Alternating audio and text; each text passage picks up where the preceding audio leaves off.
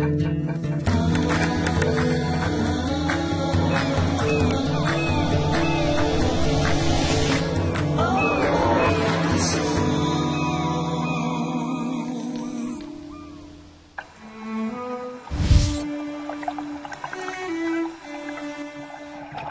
tortuga babaua és l'espècie de tortuga marina més usual al Mediterrani, però està força amenaçada.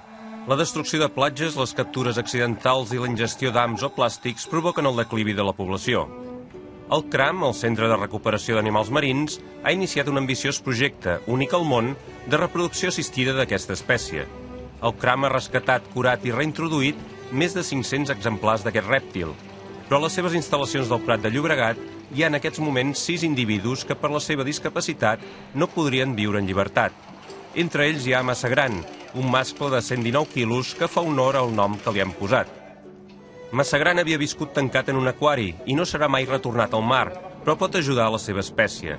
És un dels 2 mascles que hi ha al CRAM i se sotmet a les mateixes anàlisis i proves que els seus companys. La tortuga babaua, científicament careta, és, com molts altres animals marins, una gran desconeguda. En la primera fase del projecte s'ha estudiat durant 3 anys, juntament amb la Facultat de Veterinària de la Universitat Autònoma, l'anatomia de les tortugues amb mètodes no invasius. Ara cal conèixer bé el sistema reproductor dels mascles per poder crear un banc de semen. I això comporta saber de quina manera podem obtenir el semen, de quina manera el podem conservar i bàsicament amb estudis amb la Universitat de Barcelona tenia el seu anàlisi genètic. És fonamental que cada donant tinguem un arxiu genètic molt acurat perquè en el futur, en cas de que es pogués arribar a la inseminació artificial, puguem fer creuaments entre individus compatibles genèticament. També cal estudiar en detall el cicle reproductiu de les femelles. Les anàlisis de sang i les ecografies permetran obtenir indicadors del període fèrtil, que dura unes poques setmanes i no es dona cada any. Per això, cal determinar amb exactitud quan han de ser inseminades.